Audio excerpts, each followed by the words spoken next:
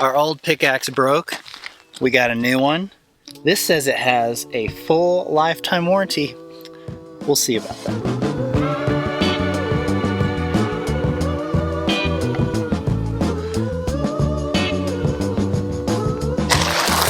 Welcome back to our Hyperadobe roundhouse build. Today we are beginning to dig our sewer trench lines. I said that really weird. Welcome back to our Hyperadobe roundhouse build. Today we are beginning to dig our sewer trench lines. Oh my goodness, I can't believe it. Things are happening. 6 months ago, we began the foundation preparation for this house. I've spent countless hours designing this unique structure, getting input from other Earthbag builders, planning all our utilities, changing all the things, and finally landing on a finished design. In the last video, we laid out all our sewer connections and ended by celebrating breaking ground on the first pickaxe swing. So now what? We are itching to get this project started. It's true, we spent so many hours in front of our computers designing and changing and planning and calling people. Drawing stuff on paper. I just really want to put bags in the ground and start building. So how are we going to do that? Daily videos.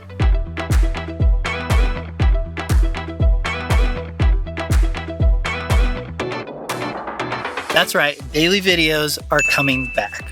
You may remember we did this back when we did the solar shed, and it was crazy then, and it's still crazy now. I think it's even more crazy now. Yep, I think so. But we're up for it. 31 consecutive, I was going to say 30, but October has 31 days in it. 31 consecutive days of videos is no small feat. But we do have a few good reasons for this. What are they? Well, because I would like to know. Number one, we know from experience that working on a project, even just a little bit, every single day really gets you forward momentum on it. And it may not seem like you're doing a lot each day, but by the time you get to the end of that period, 30 days, 60 days, whatever, you've actually made a lot of progress. It makes you feel really good about yourself. Remember the first 30 days we did that on the shed? We got so much done. We did. Yeah. We have been thinking about this project for so long. We just want to kick this thing off with a bang. We want to see visible progress quickly. You want to kick it off with a bang? With a bang. Number two, it just so happens that our long-rumored guide to making your own daily videos on YouTube may or may not be coming out in October. It's true. We had a lot of people be like, how the heck do you even do daily videos and work on your project and edit and get it out into the world? Like, how do you do it?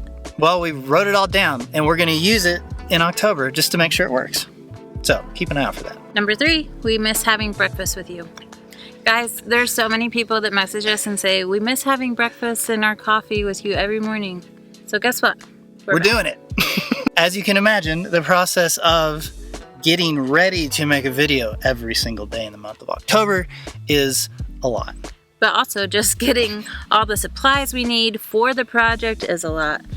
We have a lot to do, babe. We do. So the rest of September, we're going to be doing videos every Friday, just once a week, because we have so much to get ready for. So today, we're going to be taking you along as we plan for October. So much to plan. Are you ready? I'm ready. Okay.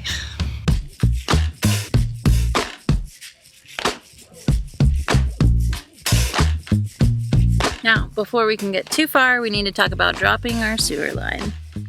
Trenches? Digging? Digging trenches Words? for the septic? Yeah.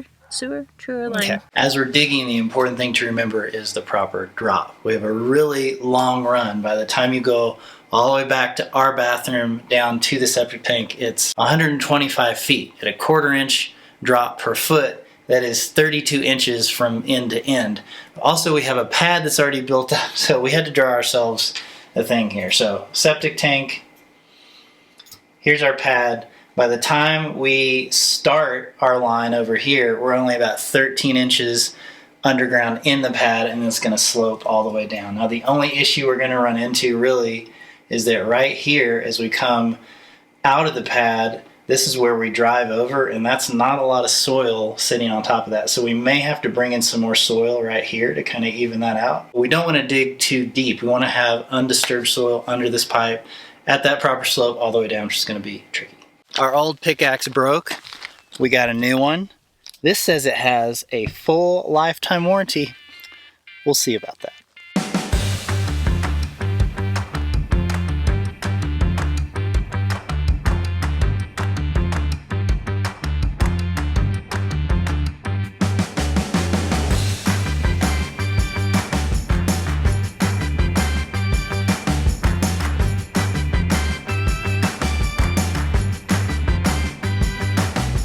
Well, our first digging. Are you excited? I'm excited. I just feel bad for you because this is a lot of back-breaking work for you. Well, what else have we done the whole time we're here? Well, I mean, this is a whole new level. It's very compacted. It's way different than our soil. It is, but as I knew that this first part would be really difficult because you're starting from scratch, but now that we're down in the hole, we can kind of get the pickaxe under and start peeling stuff off. The Picmatics. The Picmatics. Anyway, we only had like 30 minutes this morning before we had to go do something. It doesn't look like that much progress, but I'm feeling okay with it. I kind of expected it to go about this fast, yeah. Next time when we come back out here, when you get back, I won't hold a cat and I'll be able to help you. But he's really needy right now. Just slow going process. Yep. But we'll do it as we can. Yeah. We have lots of people. We'll take turns. We'll stay hydrated. It's okay.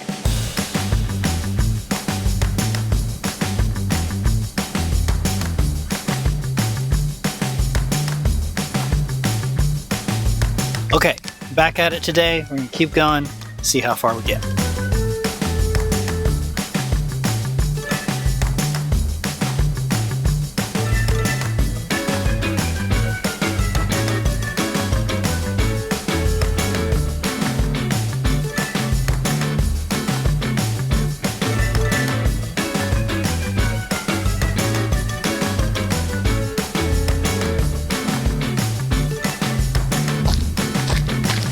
I don't think I could have picked a more perfect day to start digging. It's like 70 and cloudy, and the breeze is actually cool. I don't know how long it's gonna last, but I'm gonna take advantage of it.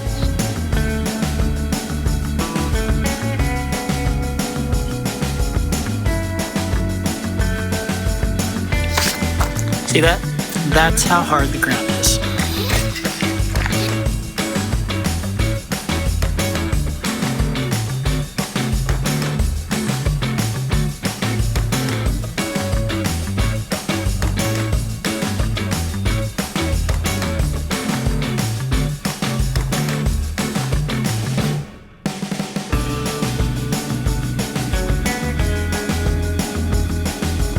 I mean, all things considered, for a couple hours, not too bad in compacted AB mix. It's going faster than I thought. But as you can probably see behind me, looks like we might get a storm, so I'm gonna have to pack it in and get back to it tomorrow.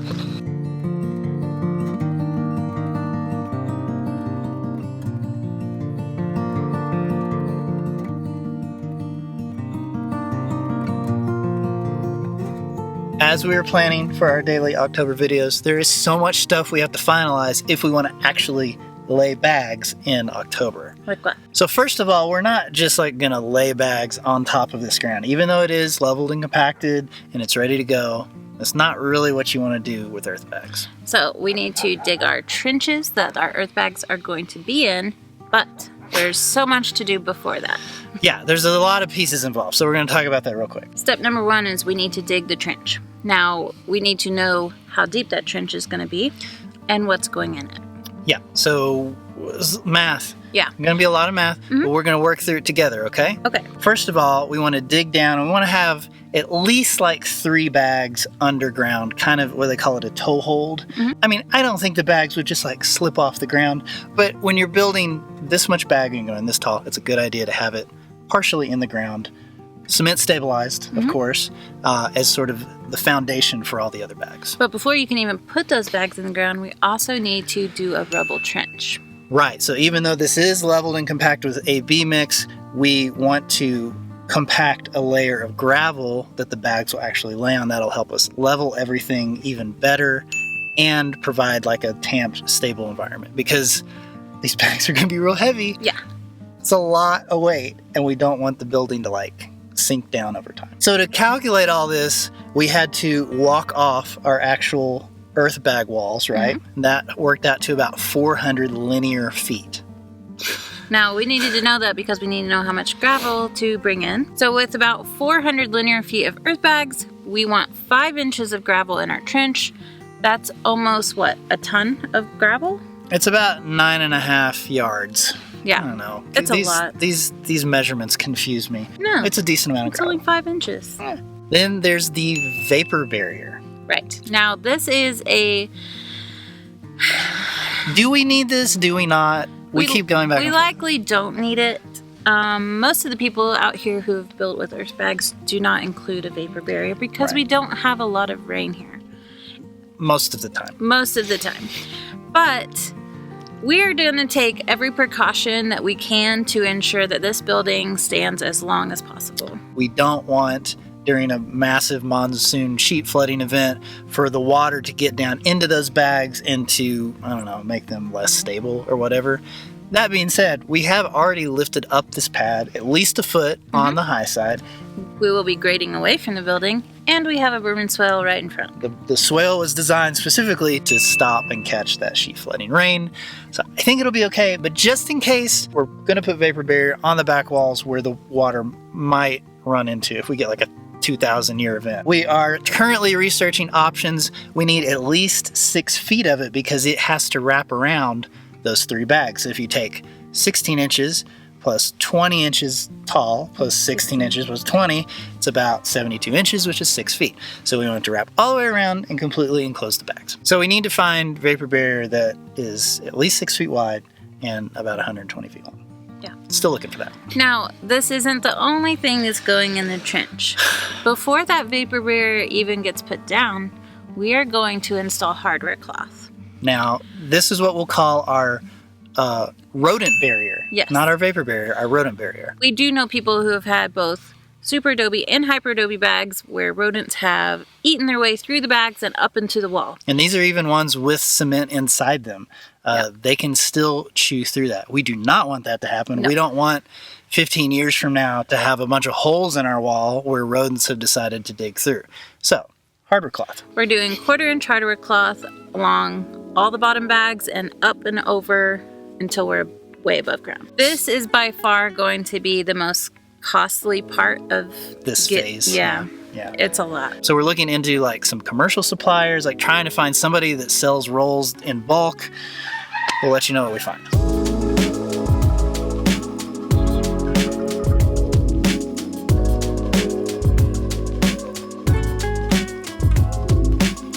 Hey, guess what? What? Our kids have been making cards again. I know. Adelaide and Ada actually have been making their own sets of desert-themed greeting cards, and they are ready to ship out. Awesome. And also Jack still has his available. So if you want to get your own copy, they're all custom made. Each batch is totally unique. They're really, really cool. Like, Yeah, Adelaide and Ada's are water... Rooster is crazy. Adelaide and Ada actually have watercolor greeting cards, and Jax's are marker. Yeah. Both their own like unique style, but they're both really cool, and I really want some. I know. We've been using them. Shh, don't tell. Anyway, if you want to get your own set of desert-themed greeting cards that are drawn by hand by our amazing children, just go to tinyshinyhome.com/cards. Yes? Back to the show.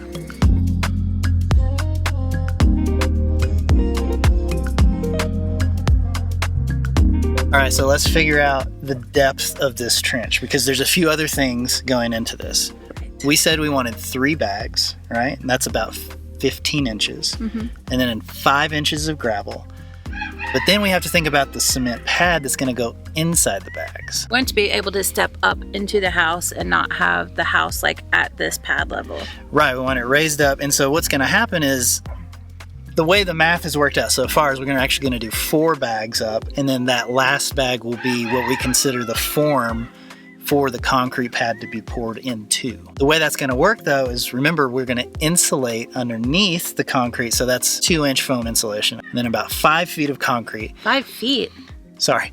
And about 5 inches of concrete. Gosh, that would be a lot of concrete. So all of that basically works out to an 18-inch trench, and then by the time we get to the top of that 4th bag, we have room for the 2-inch foam board and the roughly 5 inches of concrete.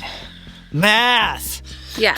We've spent a lot of time figuring this all out, and we are just ready to get started. So, are you ready to start digging? Some more? Yeah, I would like to dig some more. Okay. We have a lot to dig.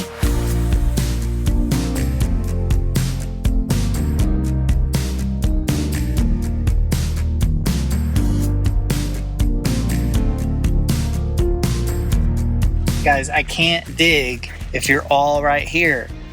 This is not gonna work.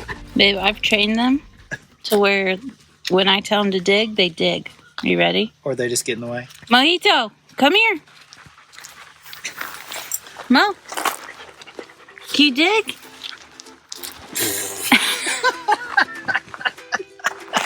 Maybe I need to work on training.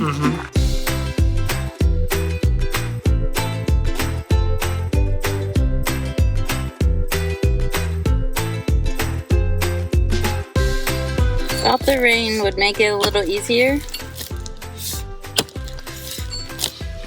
At this rate, I think we'll be done trenching in 2024.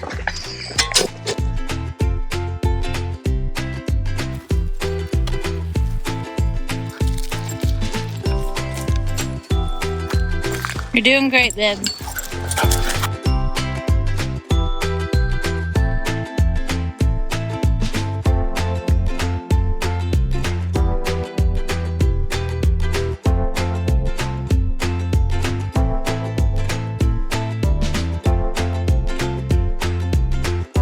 Do you really think that we're going to dig all of this by hand? Not if we want to start laying bags by October. I mean, I think we could do it. It's not as bad as I thought it would be. But you're at the most shallow part. And I'm just deeper. doing the sewer too. Like that doesn't even include the earth bags, which will be much deeper and they're wider. We're definitely researching some options for either renting a piece of equipment or hiring an experienced backhoe operator. Right. What is more cost effective? Do we rent something that we don't know how to use and have to take time to learn how to use? Or do we hire someone who knows what they're doing? This is to be determined. Yeah, so all this sounds pretty crazy. It is. But I will say, summer is almost over. Monsoons, what monsoons? Yeah. Are almost finished. And we are coming up on the perfect time to lay earth bags here in the high desert. We're talking jacket weather, perfect working weather. And we're not the only ones. Like, we are talking to so many people in our community who are all getting ready to start building their own thing. So the last thing that we need to lay bags is bags. Yeah, we need some bags. We need some Hyperadobe bags. Now, it turns out that if you just order a couple of rolls, you end up paying almost as much as the bag costs just to ship it via UPS or FedEx. But if you order in bulk, you can have it brought in on a big truck and you save a bunch of money. So we had an idea. We have lots of ideas, but what is this one? This idea is, what if we just did a huge bulk order from Volm? We had it brought out either to our place or somewhere centrally located. Everybody came and picked up their bags, and we all saved a bunch of money. Yeah, so if you are just starting your project like we are, and you want to order bags at the same time, shoot us an email, hello@tinyshinyhome.com. Is that the email? Yeah. Just shoot us an email, hello@tinyshinyhome.com, and we will do a bulk order all together and save a lot of money in shipping. Yes, details are still being worked out, but we will email us and we'll talk.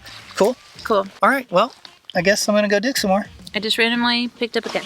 Now, before we get too far, babe, we need to talk about sewer line drops. That's just what I was thinking. That's what you told me to say.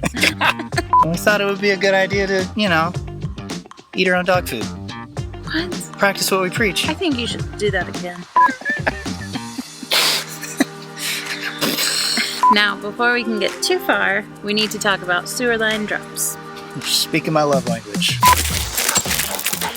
Mo. Because it's complicated. And what gets dropped in the sewer line. Okay. Sorry. Okay. We all know what gets dropped in the sewer line. I have to do it again. I feel like we've got enough. Okay. Okay.